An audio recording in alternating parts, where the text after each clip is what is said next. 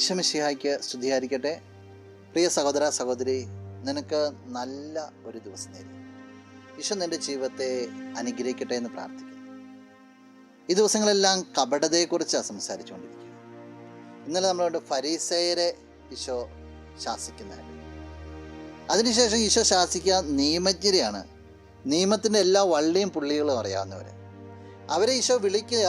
മത്തായിയുടെ സുവിശേഷം 23-ാമത്തെ അധ്യായത്തിൽ അവരെ വിളിക്കുന്നത് വെള്ളയടിച്ച കുഴിമാടങ്ങളെക്കുറിച്ചാണ്. വെള്ളയടിച്ച കുഴിമാടങ്ങളെന്നാ. പുറമെ എല്ലാം മനോഹരമായിരിക്കും, പക്ഷെ ഉള്ളിൽ ഈ മാംസ അസ്ഥി എല്ലാം നിറഞ്ഞിരിക്കുക എന്ന് പറയുക. ഉള്ളു മോശമായിരിക്കുക, പക്ഷെ പുറമെ നന്നായിട്ട് വെള്ള പൂശി നല്ല രീതിയിൽ ശവോടിയും വെച്ചിരിക്കുക. ഈശോ അവരോട് ഇപ്രകാരം പറയുന്നു. വിശുദ്ധ മത്തായി അറിയിച്ച സുവിശേഷം 23-ാം അധ്യായം 28-ാം തിരുവചനം. അതുപോലെ ബാഹ്യമായി മനുഷ്യർക്ക് നല്ലവരായി കാണപ്പെടുന്ന നിങ്ങൾ ഉള്ളിൽ കാപട്യവും അനീതിയും നിറഞ്ഞവരാണ്. രണ്ട് കാര്യങ്ങൾ അവരെക്കുറിച്ച് പറയുക. വെള്ളയടിച്ച കുഴിമാടം പോലെ എല്ലാം ഓക്കെയാണ്, പക്ഷെ ഉള്ളിൽ കാപട്യവും അനീതിയും നിറഞ്ഞിരിക്കുന്നു. കപടതയുണ്ട്, അനീതി പ്രവർത്തിക്കുന്നവരാണ്. അവരീശോ ശാസിക്കുന്നുണ്ട്. അവർ ഈശോയെ ശരിക്കും തിരിച്ചറിയുന്നുമില്ല. അവരൊക്കെ പിന്നീട് ഈശോയെ വധിക്കുവാനായിട്ട് കൂട്ടുനിൽക്കുക.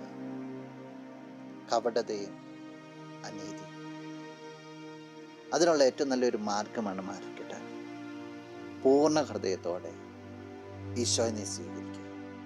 ഈ ഫരിസേയർക്ക് നിയമജ്ഞർക്കൊന്നും ഈശോയുടെ പഠനങ്ങൾ മനസ്സിലാക്കാൻ പറ്റിയില്ല. കാരണം അവരുടെ ഉള്ളിൽ നിറയെ അവരായിരുന്നു, അവരുടെ ചിന്തകളായിരുന്നു. നീ നിൻ്റെ ജീവിതത്തിൽ നിൻ്റെ ചിന്തകൾ, നിൻ്റെതായ കാര്യങ്ങൾ മാറ്റിവെച്ചിട്ട് ക്രിസ്തുവിനെ പ്രതിഷ്ഠിച്ചു കഴിഞ്ഞാൽ, ക്രിസ്തുവിനോട് ചേർന്ന് അവനെപ്പോലെ ചിന്തിക്കാൻ തുടങ്ങിയാൽ, അവനെപ്പോലെ പ്രവർത്തിക്കാൻ തുടങ്ങിയാൽ, പിന്നെ കപടത വരത്തില്ല, അനീതി വരത്തില്ല, നിന്നിൽ ഒരു കുറവുകളും വരത്തില്ല. കാരണം നീ പതുക്കെ പതുക്കെ അവനായിത്തീരും. അനുദിനം ക്രിസ്തുവിനെ രുചിക്കുന്നവനല്ലേ നീ. എന്നിട്ട് എന്തേ ക്രിസ്തുവായി തീരുന്നില്ല?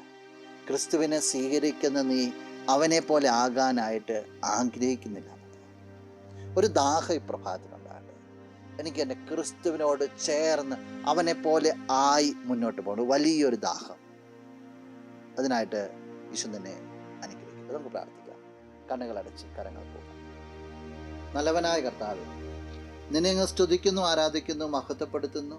നിന്റെ നിറ സാന്നിധ്യത്തെ നന്ദിയോടുകൂടിയോ പക്ഷേ ഈ വ്യക്തിയെ അനുഗ്രഹിക്കണമെന്ന് പറഞ്ഞു. ഈ വ്യക്തിക്ക് വേണ്ടത് കൃപകളും നന്മകളെല്ലാം പ്രത്യേകമായിട്ട് വലിയൊരു അനുഗ്രഹമായി തീരട്ടെ എന്ന്.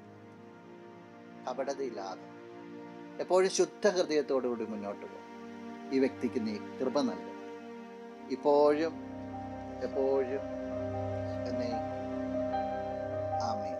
നീ പരിശുദ്ധൻ, നീ എന്നും സ്തുതിൻ.